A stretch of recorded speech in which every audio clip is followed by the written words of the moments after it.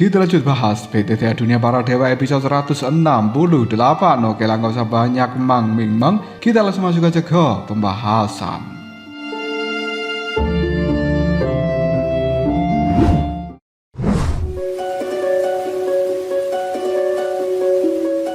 Soyen telah mendengarkan cerita dari senior itu dan kemudian dia membuat kesimpulan di dalam hatinya. Oh, jadi ini adalah hubungan guru dan murid dan juga cinta hohohihe itu bakal lebih buruk tanpa hasil yang baik. Sekuat apapun kekuatan mereka, pada akhirnya tetap tidak akan mampu bertahan karena memang perilakunya tidak normal. Ya pantas kalau dikucilkan di dalam benua Dodi. Jika aku jadi orang-orang itu, pasti aku juga tidak akan pernah mendukung kalian yang hohohihe. Hahaha. Cicai. Soyen akhirnya menarik napas dalam-dalam dan dia melihat pada kecapi di depannya, lalu berkata, jadi kalian berdua adalah guru dan murid, saling bergantung satu sama lain. Perasaan kalian pasti sangat mendalam. Jadi apa yang terjadi kemudian yang bisa membuat senior menjadi kebingungan selama ratusan ribu tahun? Kata-kata dari Soyen seolah-olah menusuk rasa sakit terdalam di dalam hati dari sisa jiwa senior ini yang ada di dalam kecapi tersebut, dan kemudian nadanya perlahan menjadi sangat tinggi. Meskipun aku bekerja sangat keras pada saat itu karena keterbatasan buatku, seberapapun aku berusaha, aku tidak bisa memuaskannya. Dan kau harus tahu bahwa Doki bisa terakumulasi perlahan dari waktu ke waktu, mengarah pada perubahan kuantitatif kepada perubahan kualitatif. Tetapi kecapi itu berbeda. Dia menekankan harmoni antara ritme dan juga kekuatan jiwa. Bisa dikatakan ia lebih menghargai jiwa daripada Doki. Namun kekuatan jiwa tidak bisa ditingkatkan hanya dengan melalui kultivasi yang berat. Itu juga membutuhkan sebuah pemahaman, dan kau seharusnya menyadari poin ini, bukan? Soyen menganggukkan kepalanya. Lalu senior di dalam kecapi kembali mengatakan, setiap kali aku menatap mata dari guruku yang tak bisa menyembunyikan kekecewaannya, hatiku terasa seperti ditusuk ribuan pisau. Karena itu aku berlatih lebih keras, lebih putus asa lagi. Hampir mati beberapa kali karena kehabisan Doki dan juga kekuatan jiwa yang berlebihan. Yang kuinginkan sebenarnya sangat sederhana, bahkan sedikit senyum dari guru dan juga sedikit persetujuannya akan memenuhi hatiku dengan kebahagiaan. Namun guru tidak pernah menunjukkan sedikit pun kepuasannya pada diriku dan tidak pernah memberikanku pujian satu kali pun. Aku benar-benar tidak mengerti. Sekalipun dia tidak puas dengan bakatku, aku adalah satu-satunya murid bagi dia. Sekalipun hanya untuk menyemangatiku, kenapa dia tidak memberikanku sedikit pun sebuah pengakuan? Apa itu adalah hal yang sangat sulit dilakukan? Yang paling tidak bisa kupahami adalah, dan juga tidak bisa kuterima, meskipun dia mengajariku seluruh yang dia ketahui, tapi dia tidak pernah mengizinkanku memanggil dirinya sebagai sebutan guru. Bocah kecil, katakan padaku, bagaimana mungkin ada guru seperti itu di dalam dunia ini? Jika dia bahkan tidak ingin mengakui aku sebagai muridnya, kenapa dia malah dengan susah payah mewariskan seluruh pengetahuan hidupnya kepada diriku? Dia menerimaku, tapi juga menolak untuk mengakuiku. Kenapa dia, jika memang tidak menginginkanku, harus menerima sejak awal? Kenapa? Wajah dari Soyen pun memerah dan dia merasa bahwa pikiran kotor sebelumnya adalah sebuah kesalahan. Ternyata senior ini dan juga gurunya itu tidak melakukan hubungan hohohihe. Soyen pada akhirnya tersentuh oleh kesedihan dari senior di dalam kecapi ini, dan kemudian dia dengan lembut bertanya, senior, apakah pada saat itu kau sudah bertanya kepada gurumu kenapa dia tidak ingin kau panggil sebagai seorang guru? Sisa jiwa di dalam kecapi ini berkata, sudah, tapi guru mengatakan bahwa tunggu sampai aku layak memanggilnya guru. Soyen menghela napas dan lanjut bertanya, lalu apa? Karena menurut Soyen pasti ada sesuatu yang lebih menggugah yang telah terjadi kemudian pada jiwa yang tersisa di dalam kecapi ini. Jika tidak, dengan kebaikan sang guru yang sangat besar. Jika hanya insiden seperti itu saja tentu tidak akan menyebabkan sisa jiwa dari senior ini di dalam kecapi membentuk sebuah simpul hatinya yang tidak bisa dia uraikan selama ratusan ribu tahun. Senior di dalam kecapi itu masih tenggelam di dalam kesedihan akan kenangan. Baru dia tersadar ketika mendengarkan pertanyaan Soyen.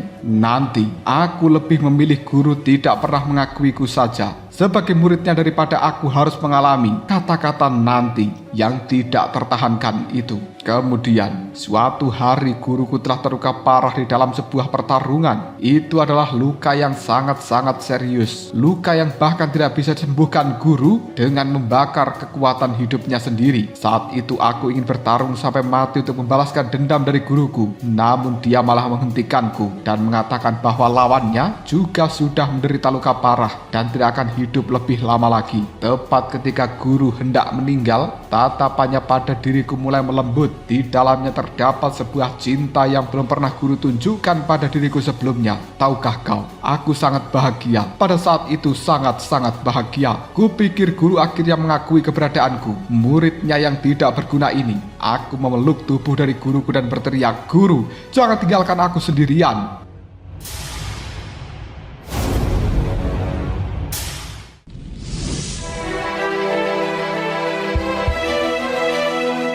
Soyen ketika mendengarkan cerita ini matanya memerah. Dia merasa bahwa senior yang berada di dalam kecapi ini seperti anak kecil yang kekurangan kasih sayang dari seorang ayah, dan dia mengharapkan sepatah kata sebuah pengakuan dari gurunya itu yang juga dianggap sebagai orang tua keduanya. Namun sayang, semuanya sudah terlambat untuk pengakuan ini. Namun bukankah lebih baik terlambat daripada tidak sama sekali? Ketika Soyen sedang memikirkan hal seperti ini, sisa jiwa yang berada di dalam kecapi tiba-tiba berkata dengan dingin. Guru hampir tidak bisa berdiri pada saat itu, tapi dia masih mendorongku menjauh. Padahal aku sedang memeluknya erat-erat dan berkata dengan acuh tak acuh bahwa aku masih tidak bisa memanggilnya dengan sebutan guru. Soyen bingung. Kenapa senior? Alasan apa lagi yang dibutuhkan dalam hal ini? Sisa jiwa di dalam kecapi tertawa histeris dan dia pun langsung menangis.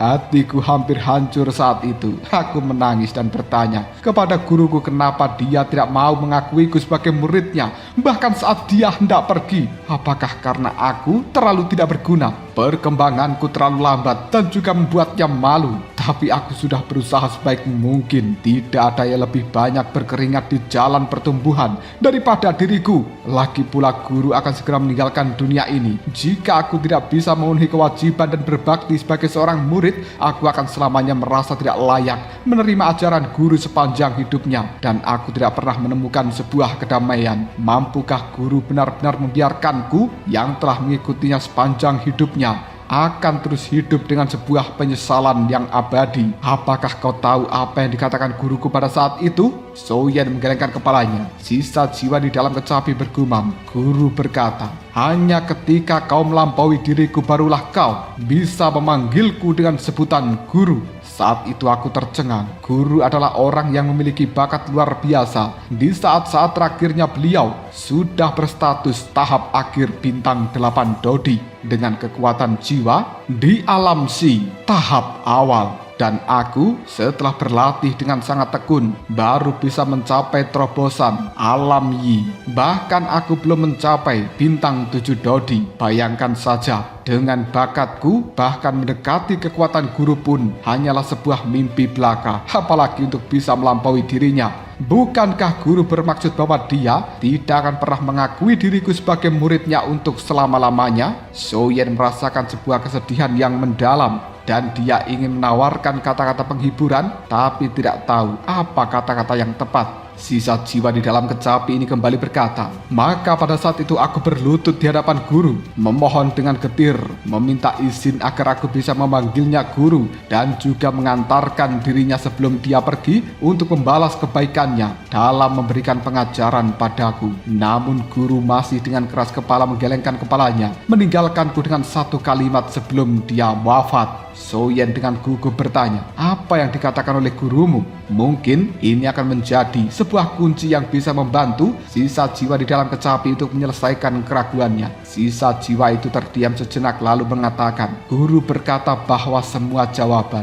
kenapa dia memperlakukan diriku seperti itu dan juga instruksi terakhirnya padaku tertulis di dalam sebuah lembar kertas yang telah ditinggalkan di dalam kecapi ini. Dan guruku menyuruh aku untuk ingat, aku harus memetik 18 senar kecapi sampai putus untuk mengambilnya. Jika tidak, maka jiwanya tidak akan pernah memaafkan diriku. Soyen memandang kecapi yang ada di hadapannya dan menyadari bahwa kecapi ini adalah peninggalan dari sang guru tersebut. Sisa jiwa di dalam kecapi kemudian meraung. Senar kecapi milik guruku ini semuanya terbuat dari urat-urat binatang eksotis kuno. Untuk bisa memetiknya hingga putus, bahkan guru pun akan kesulitan, apalagi diriku. Seseorang harus memiliki sebuah kekuatan yang bisa melebihi guruku.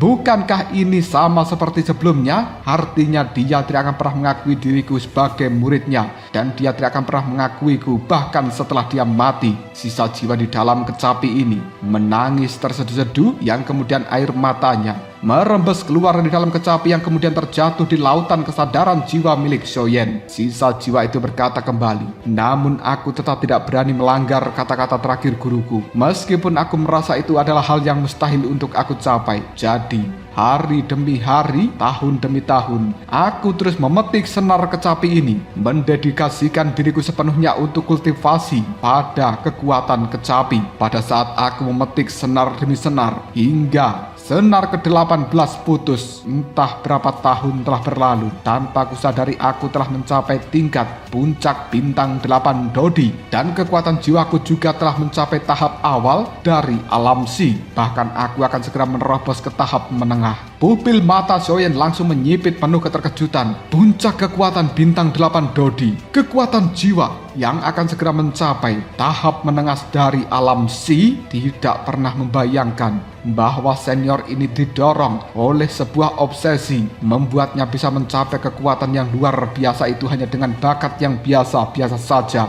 Seolah membaca pikiran dari Soyen, sisa jiwa di dalam kecapi kemudian mengatakan, bukankah ini tampak luar biasa? Aku merasakan hal yang sama saat itu. Itu benar-benar puncak yang tidak pernah terbayangkan oleh diriku untuk bisa kucapai. Namun aku benar-benar mampu mencapainya.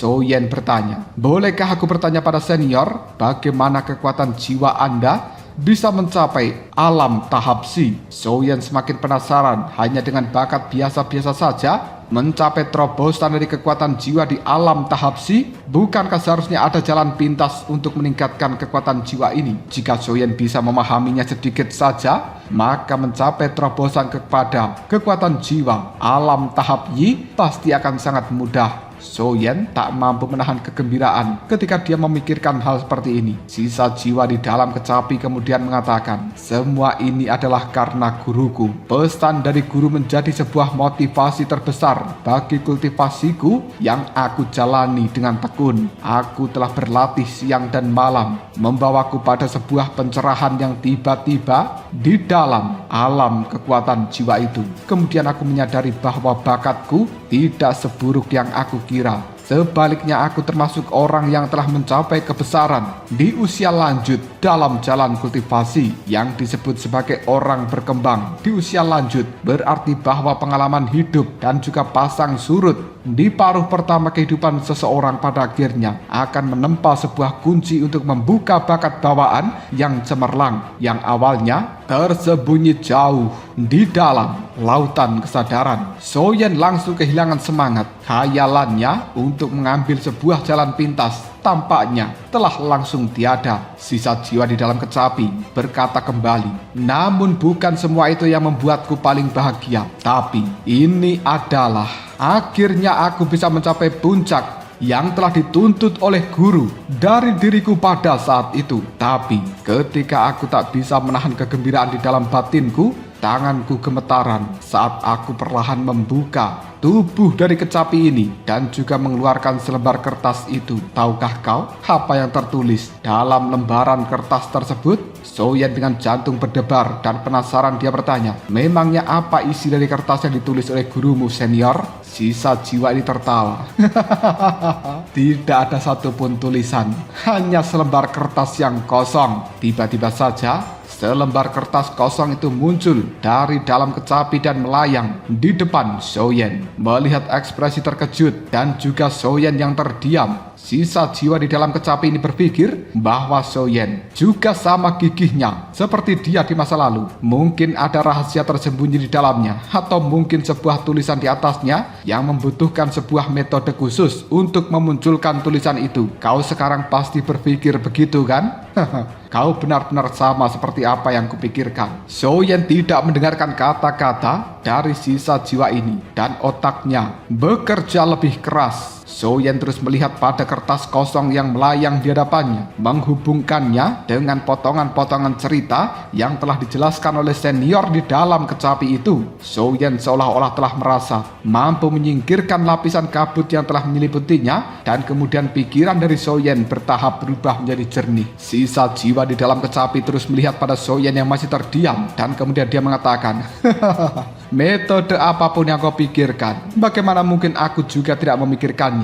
Selama bertahun-tahun aku tidak mau, bahkan menolak untuk percaya bahwa ini hanyalah sebuah lembaran kertas yang kosong, dan satu-satunya keyakinan yang telah menopang diriku melalui penantian tanpa akhir adalah selembar kertas ini. Aku tidak percaya bahwa guru akan menipuku sejauh ini. Jadi aku membawa kertas kosong ini berkelana ke ujung dunia, mencoba berbagai metode, tapi hasil akhirnya hanyalah selembar kertas kosong yang paling tidak berharga.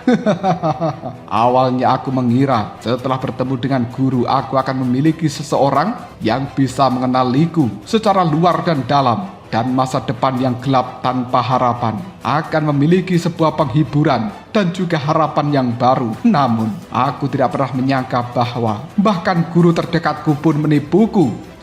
Menipu seumur hidupku, sangat menggelikan. Mungkin di mata guru aku selalu menjadi murid yang tidak menjanjikan, selamanya tidak akan pernah mampu mencapai alam itu untuk mengetahui rahasia ini. Jadi guru dengan santai meletakkan selembar kertas kosong di dalam kecapi ini untuk menenangkan diriku. Meskipun sisa jiwa ini mengoceh, namun Soyen tidak memperhatikannya dan dia masih tetap terdiam dalam jangka waktu yang cukup lama. Soyen sepenuhnya memahami pemikiran dari senior ini, namun dia merasa bahwa jawaban ini tampaknya sangat sederhana dan sama sekali tanpa kesulitan. Mungkinkah dia telah melakukan sebuah kesalahan? Soyen mendongak melihat pada kertas kosong yang tiba-tiba melayang di udara ke arah atas, dan idenya yang tadinya sangat yakin mulai menjadi ragu-ragu. Begitu seseorang memasuki lantai ketiga dari aula Wenshin yang legendaris, menghadapi pertanyaan yang mereka anggap sangat sederhana, bahkan cukup bodoh, mereka akan terlebih dahulu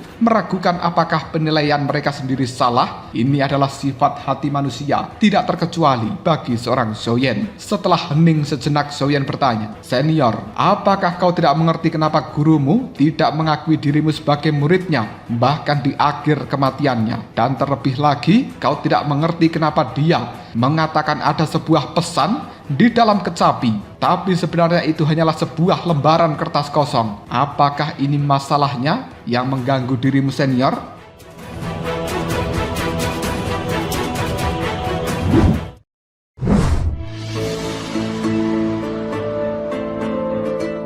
Sisa jiwa di dalam kecapi menganggukkan kepalanya. Tepat sekali. Itu adalah hal yang telah mengganggu diriku selama ini. Aku membutuhkan jawaban untuk menghilangkan kebingunganku yang mendalam. Soyen tersenyum getir. "Senior, semasa hidupmu kau adalah puncak bintang 8 Dodi dan bakatmu tidak buruk. Namun kau tidak bisa memecahkan masalah ini." Sisa jiwa di dalam kecapi pun tertawa.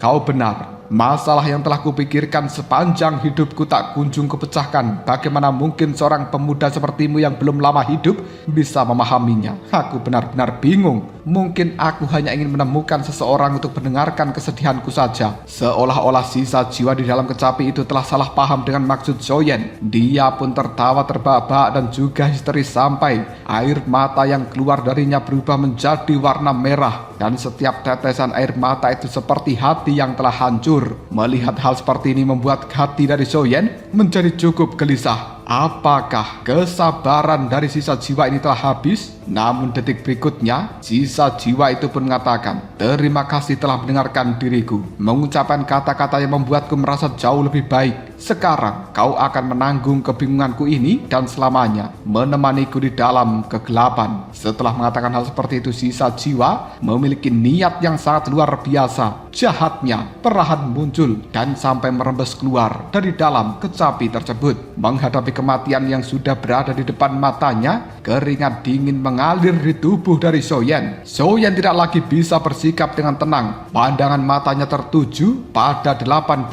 senar kecapi yang akan bergetar. Soyen pun melompat ke arah kecapi itu dan kemudian melontarkan kutukan marah. "Kau bicara tentang menjadi orang yang berkembang lambat, namun kau bahkan tidak bisa memecahkan masalah yang sangat sederhana ini. Aku pikir kau adalah orang yang idiot. Dan kau pikir semua orang sama idiotnya dengan dirimu?" Mendengarkan ucapan dari Soyen membuat sisa jiwa di dalam kecapi langsung berkata, "Kau berani-beraninya berkata seperti itu padaku?" Suara amarah dari senior ini langsung menggema di dalam jiwa dari Soyen. Dan sekali lagi Soyen segera berkata, "Benar, aku katakan sekali lagi, kau adalah seorang idiot. Dan kau memang senior yang idiot yang pernah kutemui selama hidupku. Apakah kau tidak mau tahu jawabannya?" Soyen menatap kecapi di hadapannya tanpa rasa takut sedikit pun. Kata-kata idiot yang diucapkan Soyen telah membangkitkan sisa jiwa mencapai titik amarah yang paling ekstrim. Dia kemudian membunyikan suara kecapi yang akhirnya melodi dari kecapi itu benar-benar kacau. Hal ini membuat cairan merah terus merembes keluar dari dalam tubuh Soyen. Wajah Soyen pun pucat. Kesadarannya juga hampir kabur. Soyen berkata dalam hatinya, "Aku tidak boleh pingsan. Jika sampai aku pingsan, semuanya akan berakhir." Soyen dengan kuat menahan gelombang rasa pusing di dalam kepalanya. Dan detik berikutnya Soyen mengatakan, "Senior, jadi sepertinya kau ingin terus tinggal di dalam tempat yang gelap ini tanpa sinar matahari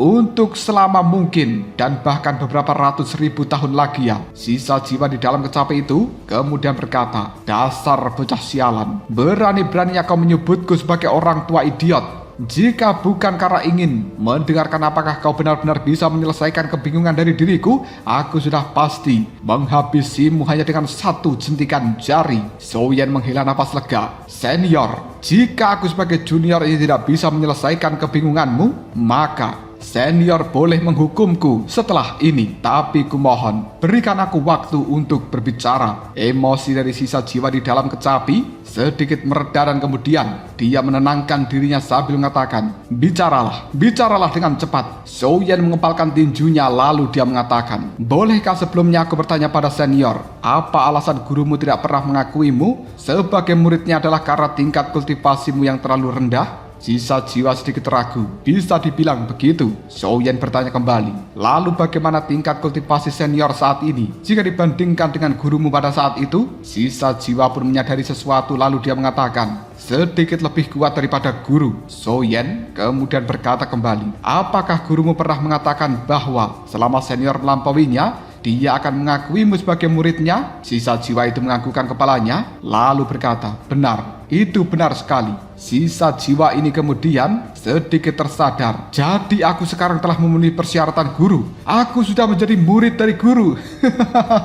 "Guru, apakah sekarang kau melihat pencapaianku ini dari surga? Aku muridmu, telah memenuhi persyaratan yang kau ajukan pada saat itu." Sisa jiwa di dalam kecapi bergejolak dengan hebat, diliputi sebuah kegembiraan. Soyen akhirnya menghela napas dengan lega. Namun sebelum Soyen sempat tersenyum gembira, tiba-tiba sebuah energi keluar dari dalam kecapi lalu berubah menjadi sebuah tangan yang besar lalu mencekik leher dari Soyen. Hal itu membuat Soyen sangat marah dan meraung. Beginikah caramu memperlakukan seseorang yang membantumu mengatasi kebingungan di dalam hatimu selama ini? Sisa jiwa di dalam kecapi itu kembali mengatakan, karena orang tua ini telah memenuhi syarat dari guru dan juga telah memenuhi syarat menjadi muridnya, tapi kenapa guru meninggalkan selembar kertas kosong di dalam kecapi ini untuk diriku? Aku bisa mengabaikan sikap kasar dan juga penghinaanmu dengan mengatakanku sebagai idiot sebelumnya, tapi jika kau tidak bisa memberikanku sebuah penjelasan yang cukup memuaskan, maka jangan salahkan jika aku bertindak tidak sopan. Soyen saat ini benar-benar ingin mengumpat. Soyen pernah melihat orang yang bodoh, tapi dia merasa bahwa senior ini benar-benar lebih bodoh dari yang dia kira. Dan dia malah merepotkan Soyen dengan pertanyaan yang cukup sederhana seperti itu. Soyen berpikir dengan kesal, dan kemudian dia pun marah di dalam hatinya. Dasar orang tua ini benar-benar idiot. Jelas guru mengatakan bahwa dia telah meninggalkan pesan di dalam kecapi adalah untuk memotivasi dirimu supaya kau terus berusaha dengan keras. Dan ketika kau bisa membuka kecapi itu dan mengambil kertas kosong di dalamnya, berarti kekuatanmu sudah melampaui gurumu itu sendiri. Dan gurumu sudah sangat puas. Lalu kenapa gurumu masih harus menulis sebuah pesan sialan pada orang sepertimu yang sangat idiot?